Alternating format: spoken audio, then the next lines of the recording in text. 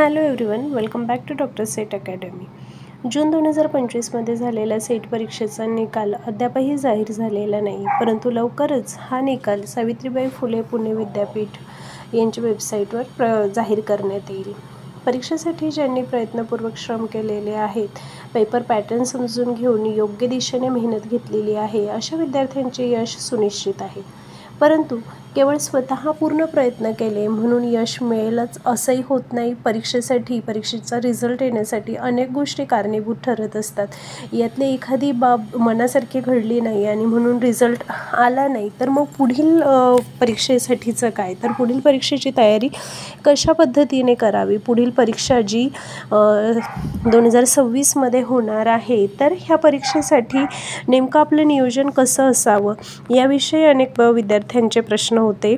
त्यातच बऱ्याच ठिकाणी अशा पद्धतीने ऐकिवात आलं की परीक्षेचा मोड चेंज होणार आहे, म्हणजे आतापर्यंत ऑफलाईन होत असलेली परीक्षा ऑनलाईन होणार आहे, परीक्षेच्या सिलेबसमध्ये ड्रास्टिक चेंज येणार आहे किंवा परीक्षेच्या पॅटर्नमध्ये चेंज होणार आहे, पेपर पॅटर्न जे आहे परीक्षेचं त्यामध्ये चेंज होणार आहे. याविषयीचे अनेक प्रश्न विद्यार्थ्यांचे होते आणि ह्या सर्व प्रश्नांविषयी चर्चा करण्यासाठी म्हणूनच आजचा व्हिडिओ आहे.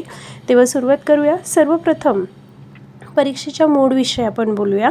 आतापर्यंत सेट परीक्षा जी आहे ती ऑफलाईन पद्धतीनेच होत आलेली आहे आणि आता पुढची जी परीक्षा होणार आहे ती ऑनलाईन पद्धतीने होईल किंवा होऊ शकेल असं अनेक जणांचे तर्कवितर्क आहेत.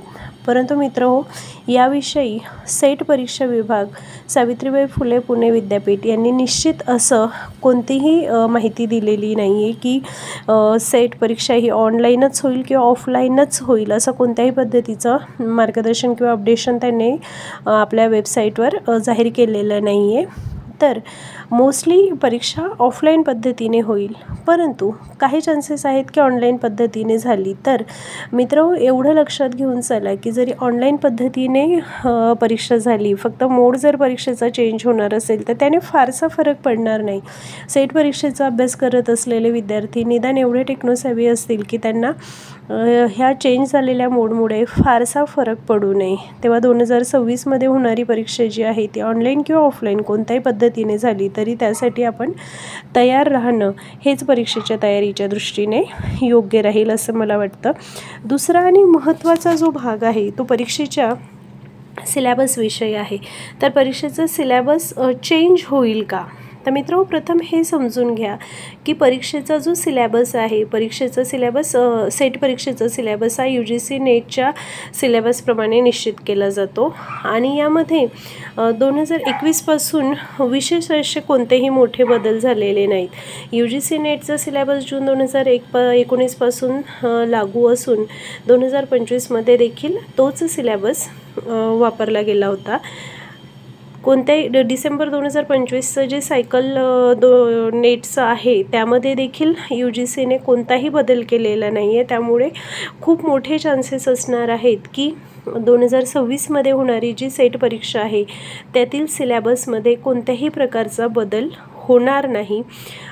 तर याच्यात अजून एक बाब आपण समजून घेऊ की जरी यात काही प्रमाणात बदल झाला तरी हा बदल इतका मोठा नसतो की त्यामुळे परीक्षेच्या एकूणच रिझल्टवर परिणाम होऊ शकतो. काही घटक ॲड केले जातील किंवा काही घटक वगळले जातील, परंतु 90% to 95% जो सिलेबस आहे तो निश्चितपणे जो आहे तोच राहणार आहे. त्यामध्ये जसं सांगितलं जात आहे की खूप मोठा चेंज असेल आणि आत्ता अभ्यास करून काही उपयोग होणार नाही, पूर्णपणे बदललेला सिलेबस असेल, तर असं काहीही घडणार नाही आहे.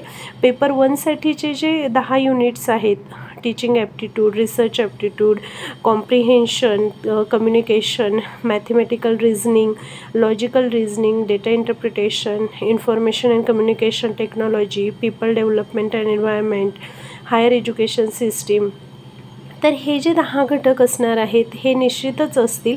पेपरचं जे सिलेबस आहे त्यामध्ये खूप मोठा बदल यात होणार नाही. आता पुढचा प्रश्न आहे पेपर पॅटर्न. पेपर पॅटर्नमध्ये काही चेंज होईल का?